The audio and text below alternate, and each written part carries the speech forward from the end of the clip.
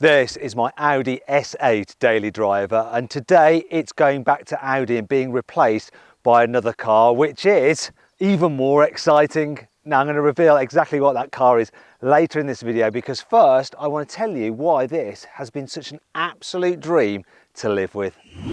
Buy, sell, carwow. This S8 is all about comfort, and it's got some very special suspension. For instance, when you open the door to get in, the car raises up, look, to make it easier to get in the seat. And then when you close the door and drive off or lock it, it then lowers down to its correct position. Another benefit of this suspension is that when you go over a bump, the car can actually read the road ahead and will lift the suspension up as you go over a bump, so it just smooths the car out. It is incredibly comfy to travel in, so very comfy. And the car I'm getting next might not be quite so comfy. Despite being a very comfy vehicle, this is also extremely fast. So it's powered by a 4-litre twin-turbo V8 with 571 horsepower and 800 newton meters of torque, driving all four wheels by an 8-speed automatic gearbox. The performance this thing delivers blows my mind. In fact, we've used it in a lot of drag races, and here's a clip from the best time it's ever done in one of those drag races. Impressive. Yet, despite having all that power and performance, the actual efficiency is also pretty mind-bending. Over the past 10,000 or so miles of driving and 320 hours it's been on the road, the average economy is 23.6 miles per gallon, which isn't loads, but for a big, heavy twin-turbo V8 is actually rather good. Also, on a long run on the motorway, I've been able to get over 30 miles per gallon, as this clip from my Instagram account proves. Have a look at this. 31.2 miles per gallon. See? 30 miles per gallon on a run. It's pretty much as efficient as my Suzuki Jimny with its 100 horsepower 1.5 litre engine on the motorway. Wow. It's been an absolutely brilliant family car. Plenty of room in the back seats, even though the S8 isn't available in the long wheelbase version of the A8. But there's just so much room, you don't really need that. It's been great for carrying my daughter Grace about, loads of space for her baby seat, and obviously the comfy ride helps get her off to sleep. I've also had this thing fully loaded over Christmas to carry everyone and presents all the way to my home in Warsaw. Quickly vote up there how full you think the Audi S8 is. It's ready for its Christmas trip. So in the front, we have my mum, with stuff on her lap. On this side, we have Joe. Hello. We've not done stuff there. There's Grace. We'll go see Grace now. Hello, Grace. You all right? Lots of stuff behind Grace. We're all packed in. And then the boot, have a look at this. Oh my gosh. That is properly full. But it's happening. The Audi S8 is a fine Christmas car. I was the most comfy though in the front, obviously. If there is one issue with the practicality, it's the boot. Now it's not small, 505 litres worth of space. However, because it's a saloon and not a hatchback or an estate like the RS6 I had before, it's just a little bit harder to pack it. The opening is reasonably wide, but it's never quite as wide as a lift-back tailgate on the RS6. And when you look inside, it's quite contoured, which means depending on what you're trying to pack in there, you can't actually make the best use of the available space. Yeah, I'm talking as a father who has to carry things like a baby buggy and various paraphernalia. One of my favourite things though about this car is the fact that it's got this dual personality. The suspension is just so comfortable and the car's so quiet and serene. You can waft around in utmost luxury. I mean, the way it deals with bumps is incredible. I'm driving over some like random bit of land here and it's dealing really well with the undulations and rabbit holes. However, if you get this on a twisty road and you want to have some fun, this S8 will deliver. It can bend your mind just how well it handles and goes around corners. There's so much poise and loads of grip. Plus, that Quattro all-wheel drive system is so good at just rocketing you out of the bends. It's been an absolute pleasure to drive. There is one slight issue I've had with it though. One day I was driving down the road, I hit a pothole and I smashed one of the alloy wheels. it basically cracked it. Got crack in the alloy wheel, so that needed to be replaced, but that is the only incident that I've had with this car. However, that brings me on to my new car, because it's being delivered right now, and I've just had a call from the delivery company to tell me that someone has just driven into it while they've been refueling it at the petrol station to bring it to me. I'm not sure how bad the damage is. They suggested they could take the car straight back and get it fixed, or they could let me see it first. So I haven't even seen this car yet. I spec'd it up 6 months ago and I want to see what it looks like, but I'm nervous about how much the damage has affected the car. You know, no one wants a new car that's just been damaged. The delivery driver is going to be bringing it to me now. He should be driving this way soon. He's going to take the old one away, or will he be going back in the new car, and I'll be keeping the S8 for a little bit longer. Okay, so here the car is. Now you're probably expecting a 911 GT3 RS, a car that I have ordered and is on its way, but that's not going to be a daily driver. And if you want to see the spec of the GT3 RS, click on the pop-out banner up there, or follow the link in the description below to watch my video on it on my own personal channel, and make sure you subscribe to my personal channel, Matt Watson Cars, so you find out exactly what my GT3 RS is like when that arrives. This daily driver though is still a sporty model, a lot more sporty than the S8. Look at this, just in time for the summer. An Audi R8 Spyder in green with a brown roof and gold alloys, and apparently some damage on it. So let's have a little chat with the delivery driver to find out what's what. Are you a little bit annoyed? I'd say the least. Yeah, and me a little bit. So what's happened? I want you to see whether you can see it, because then that way I know whether you're going to accept it or not, because if not, Audi told me to take it back. So I was really worried that there was some serious damage to it. So what's happened? Just parked up, getting some fuel. Yeah. Got back in the car. A lady decided in the Polo to reverse and then not see that behind and reverse into it. Well, thankfully, it was the right height for it not to do massive damage on that. Okay, right. So have you got all her details? Yes. I bet you have. Right, let's see if she's going to be getting a big bill or not. I can see a B. We have a B in there. The bees had fun. The bees had fun. Are you sure it's... I can't... Do you know what? If you hadn't said anything... No, that's why I wanted you to have a look. I know you're going to accept it now, Matt, so fine. Go on, show me the damage. Where is the actual damage? Well, the fact it's an R8, you look at the R8 badge, yeah. It's just there. Oh, yeah. I thought it was cracked or something.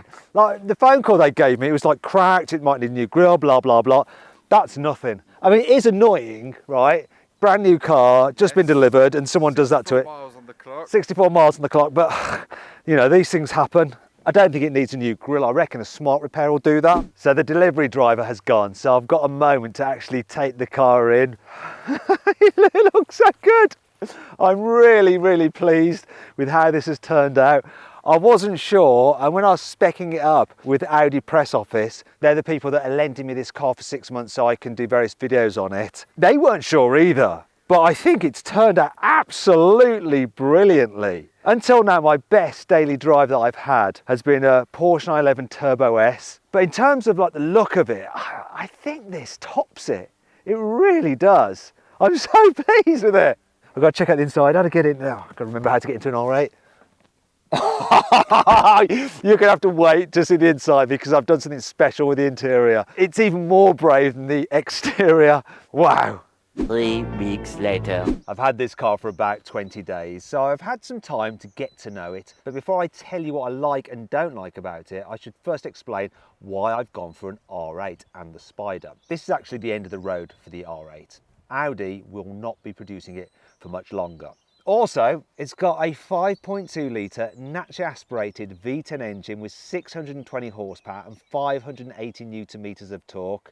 This engine is a thing of the past. This is my last opportunity to enjoy it in a new car. So then, why did I go for the Spyder? Well, need you ask? It's spring right now, we're going into summer.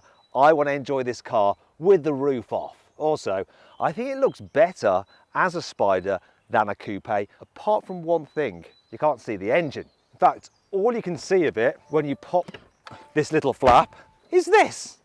It's a bit like looking at the engine on a Porsche 911. However, these bits are important. They're your air intakes, because while you might not be able to see the engine, you can sure as hell hear the engine. So I went for the Spyder for the enjoyment of the noise and the look, and for having the roof down in the summer. And then there's the option of going for rear wheel drive or four-wheel drive. And seeing as the Spyder weighs 100 kilos more than the coupe, I thought, well, I've slightly compromised the driving dynamics. No point going for the rear wheel drive version, which admittedly is more fun. May as well have the four-wheel drive version, which will be a little bit better for drag races and also better for driving when it does inevitably spend all summer raining. Then there's the colour. Well, yes, I have gone for another green car. My first green car was an Audi RS6, then the BMW M3, then the S8, and now this. I was actually thinking of getting it all black because it looks pretty mean. I also like it in white with a red interior and yellow with black accents, though that combination sort of reminds me of the nuclear hazard sign. So green it was. I wanted an interior that would match the green exterior. I could have just gone for black, that would have worked, but it would have been boring. Instead, I went for this lovely brown. There was one problem with choosing the brown, and that's not that some people might say it looks like you're sitting in a pile of poo. It's the fact that if you want the brown, you can't have the upgraded Recaro bucket seats. But I'm fine with that, because brown. Speaking of brown, not the only thing that's brown. Check this out. I've only gone and done it. I've gone for a matching brown roof. Of course I have, green and brown. The Quattro edition also gets some carbon fibre upgrades, such as on this little rear spoiler, round the air intakes, on the side blades, and some more inside. Round these air vents, and these air vents, and the digital driver's display as well, and it helps lift the cabin. I also like the fact that this car comes as standard with a Bang & Olufsen stereo, though you do need this range-topping Quattro edition version to get that upgrade. It's lovely though. However, it all adds to the price. This R8 Spyder V10 Performance Quattro edition starts at £170,000, though this one obviously, with the addition of that green paint, £175,000. And it's a bit annoying, at that price point it doesn't have adaptive cruise control as standard. In fact, you can't get it on the R8, and you've never been able to get it actually, to tell you the truth. What you used to be able to get on this car though was adaptive dampers, but they've been removed from the equipment list. So too has Isofix on the front passenger seat, which is annoying because I've got a 2-year-old daughter and I'd like to take her in this car. And I used to be able to take her in the Porsche 911 Turbo S because that had Isofix on the front passenger seat. It's not the most annoying thing though. I'll show you what is right now. In order to make room for the folding roof mechanism, Audi has had to move the R8 rear bulkhead slightly further forward. And that affects just how much you can push the seats back. So I've got this seat as low as it will go. I want it low. I'm in a supercar, right? However, I can't quite get the seat far enough back. My legs are a little bit too bent for my liking. Now, if I want to straighten my legs out a bit, I can do, but I have to first raise the seat up, and now it will go back just a little bit more. That is a touch better, but now I'm running into headroom issues, and I think I'm sitting too high for this type of car. That's really quite annoying when you consider that I'm not that tall. I am average. I'm 179 centimetres. And actually, I've got short legs and a long body, so someone who's taller than me or more normally proportioned is going to really struggle. So I'm just going to put the seat back down low, like it should be in a supercar, get it as far back as it'll go, and now hand over to my cameraman, Adam, who is 6 foot tall. So go on, Adam. There we go, Adam. So, what's that like? That's horrible. It's horrible. It's so bent. Are you comfy? No, not at all. Now try raising the seat up a bit and moving it back. It'll give you a little bit more room to stretch your legs. Yeah? Still not really good. And where's your head? What's your head doing? It's brushing the top of the roof. Bit of a fail for you. Yeah, definitely. Are you going for a different convertible supercar? Yeah. Oh dear. There's another problem I'm experiencing with this car right now, and it's on page 75 of the owner's manual. And I'll explain exactly what it is while we go for a drive. You see, this car is so brand new. It was delivered to me with about 50 miles on it. I've now done 420, but according to the manual, I need to do at least 700 until I can rev it past 5,500 RPM. After that point, I can gradually increase the revs. And only when I've done 1,000 miles can I really start to thrash the off it. However, it's not all bad. You see, this car has a special feature where I can just lower the glass in the back. So I'm lowering that now, and it allows me to hear the engine. And if I have it in performance mode, we have the exhaust flaps open, and then if I accelerate in a highish gear, you'll get that noise as the car goes under load. So it's still making a brilliant sound without me having to rev it past 5.5. That's all induction sound. Absolutely glorious, and I can really hear it, even with the roof up, just because I've got that little window down. Let's try something else though to really experience the noise. So what I'm going to do now is just take the roof down, which I can do when driving along at modest speeds. Roof is coming down. Now let's do that again with the noise. What a noise! It's so good. Thing is, I don't really need to exploit this car's full performance to have fun on a twisty road. Because this thing is so fast, I can quite easily hoon it about at moderate speeds, and this thing just grips, goes around tight corners, and still entertaining. I'm quite surprised how well it goes down the road, considering it doesn't have adaptive dampers. It's reasonably smooth for a supercar, and because you've got the engine mid-mounted, this thing really rotates nicely through the bends. And then the four-wheel drive system lets you get the power down. There's not bags of torque low down in the rev range, but there's enough, and the throttle response is really nice. I don't think the running in period would be as good in the coupe version because I wouldn't get the same sensory experience. I'm really enjoying the noise, and I'm enjoying having the sun shining on my head. Do you know what I'm going to do though? I'm going to get the miles on this car as quickly as possible. So this weekend I have a little trip planned to the Nürburgring 24-hour race. I'm going to drive this car all the way there and back, and by the time I return, it'll be fully running, so I can start hooning it about, including launching it, because we've got some cool drag races planned with it. And to make sure you don't miss out on those, subscribe to this channel right now and hit the bell icon to turn your notifications on. That way you won't miss when I make those uploads. One thing I am quite concerned about the trip to the Nürburgring is how many times I'm going to have to stop at a fuel station. Even though I've been driving this car very sedately, running it in, it's only doing 17.6 miles to the gallon. Oh dear indeed. On a day like today, it's worth it. Oh, that definitely is. Anyway, that's enough of that. Let's see what speed you can put the roof up at. So I'm driving along, 38, pressing the button, nothing. What speed does it need to go to? There we go. The roof is going up again. Means that you don't have to stop and pull over if it's raining. Lovely. Actually, it's quite refined with the roof up. It's got decent insulation.